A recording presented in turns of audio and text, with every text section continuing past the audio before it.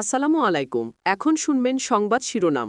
দেশে আবারও সংসদীয় গণতন্ত্রের যাত্রা। ব্যতিক্রমী শুরুর পর স্পিকার হলেন মেজর হাফিজ। সংসদকে কার্যকর করার প্রত্যয় সরকার ও বিরোধী দল। রাষ্ট্রপতির ভাষণ ঘিরে অধিবেশনে উত্তাপ, বিরোধী দলের ওয়াকআউট। গণ অভ্যুত্থানের মধ্য দিয়ে দেশে ফ্যাসিবাদী সরকারের পতন হয়েছে বললেন রাষ্ট্রপতি।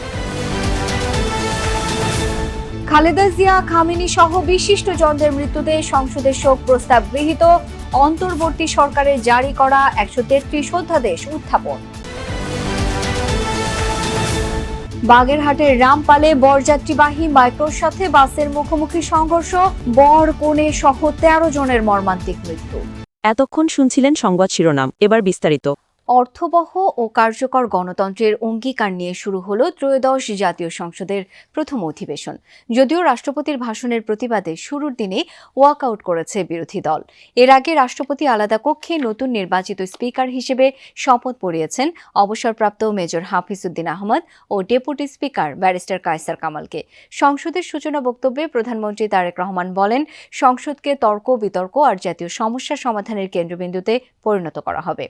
গুরুত্বপূর্ণ ইস্যুতে বিরোধী 11 দলের সঙ্গে আলোচনা করার প্রত্যাশা জানিয়েছে বিরোধী দলীয় নেতা ডাক্তার শফিকুর রহমান।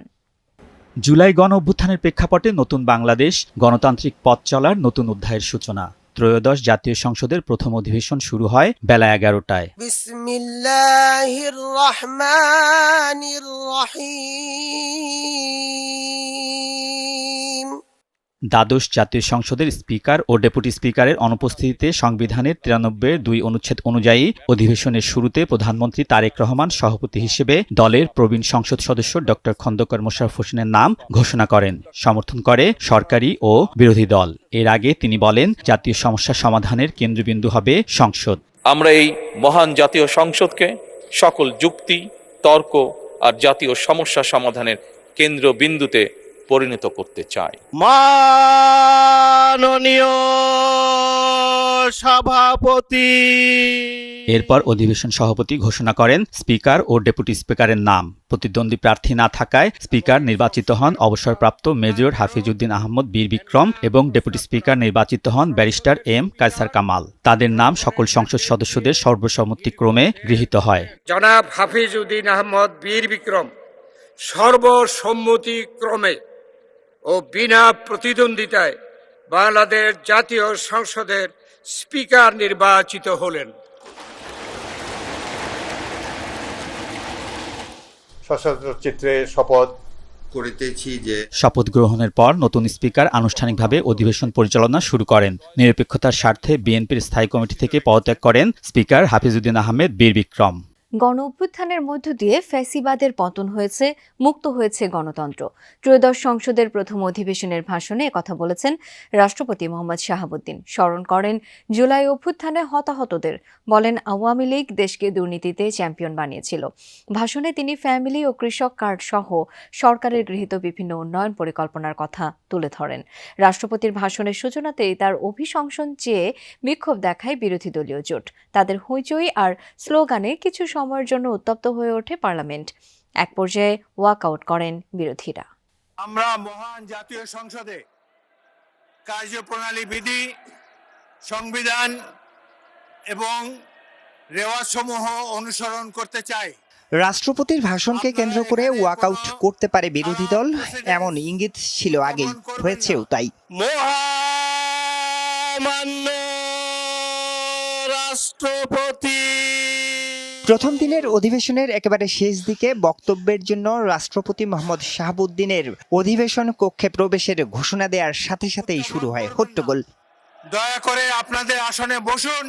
এর মধ্যেই স্পিকার মেজর হাফিজ উদ্দিন আহমদ রাষ্ট্রপতির ভাষণের ঘোষণা দিলে আসন ছেড়ে প্রতিবাদ জানান জামায়াত জোটের এমপিরা। প্রদর্শন করা হয় জুলাই গাদ্দারি সংবলিত নানা প্লেকার্ড। মাননীয় সদস্যবৃন্দ, সংসদের শৃঙ্খলা রক্ষা করুন। অনুগ্রহ করে নিজের আসনে বসে পড়ুন। রাষ্ট্রপতির ভাষণ শুরু করলে উচ্চস্বরে প্রতিবাদ জানাতে থাকেন বিরোধী দলের সংসদ সদস্যরা। এক পর্যায়ে স্লোগান দিতে দিতে অধিবেশন কক্ষ ত্যাগ করেন তারা। অভিনন্দন ও শুভেচ্ছা।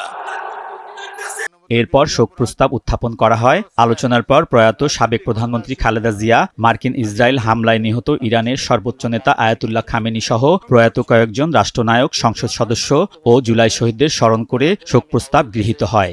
দেশনেত্রী বেগম খালেদা জিয়া, তার সাথে পৃথিবীর কোনো ত্যাগের কোনো তুলনা করা যায় না। অন্তর্বর্তী সরকারের আমলে 133টি অধ্যাদেশ জারি করা হয়েছিল। রাষ্ট্র সংস্কার ও জন আকাঙ্ক্ষা বিবেচনা করে অধ্যাদেশগুলো সংসদে উপস্থাপন করেন আইনমন্ত্রী। না হলে 30 দিন পর বাতিল হয়ে যেত অধ্যাদেশগুলো। মহামান্য রাষ্ট্রপতি কর্তৃক জারিকৃত 133টি অধ্যাদেশ কার্যসূচি অনুযায়ী এরপর সরকারি কর্ম কমিশনের রিপোর্ট উপস্থাপন করেন জনপ্রশাসন প্রতিমন্ত্রী। গঠন করা হয় স্থায়ী কমিটি। কার্য উপদেষ্টা কমিটি মনোনয়ন দেওয়া হলো। সংবিধান অনুযায়ী শেষে সমাপনী ভাষণ দিতে অধিবেশন কক্ষে প্রবেশ করেন রাষ্ট্রপতি মোহাম্মদ শাহাবুদ্দিন। এ সময় বিরোধী 11 দলের সংসদ সদস্যরা ভাষণ প্রত্যাখ্যান করে অধিবেশন থেকে ওয়াকআউট করেন।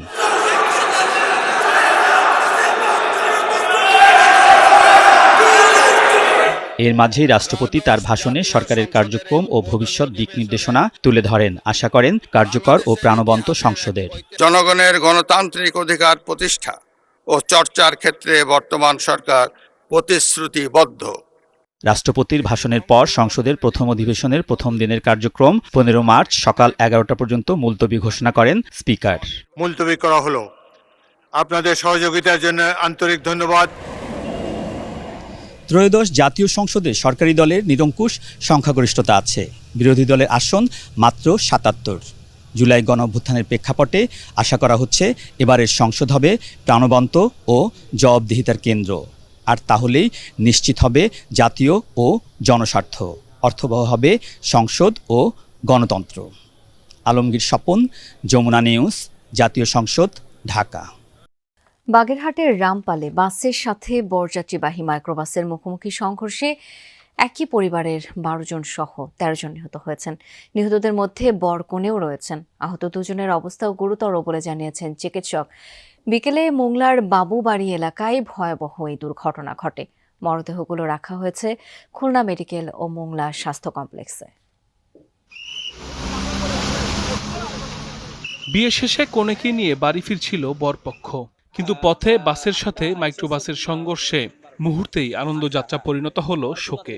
না ফেরার দেশে পাড়ি জমালেন একই পরিবারের 12 জন সদস্য সহ 13 জন। পুলিশ জানায় খুলনার কয়রায় মিতু ও সাব্বির হোসেনের পারিবারিকভাবে বিয়ে সম্পন্ন হয়। পরে কনেকে নিয়ে মোংলায় বাড়ির উদ্দেশ্যে রওনা হয় বরপক্ষের লোকজন। বিকেলে রামপালে খুলনা মোংলা মহাসড়কের বাবুরবাড়ি এলাকায় পৌঁছালে নিয়ন্ত্রণ হারান মাইক্রোবাসের চালক। এ সময় বিপরীত দিক থেকে আসা নৌবাহিনীর একটি বাসের সাথে সংঘর্ষ হয়। এতে ঘটনাস্থলেই মৃত্যু হয় 4 জনের। মোংলা থেকে একটি নৌবাহিনীর একটি বাস খুলনাগামী যেতেছিলেন, আর বিপরীত দিক থেকে একটা বিয়ের গাড়ি বরযাত্রী সহ সেই মুখোমুখি সংঘর্ষণ হয়। সংঘর্ষণ হওয়ার পরে তাৎক্ষণিকভাবে স্পটে 4 জন মারা যায়। আহতদের উদ্ধার করে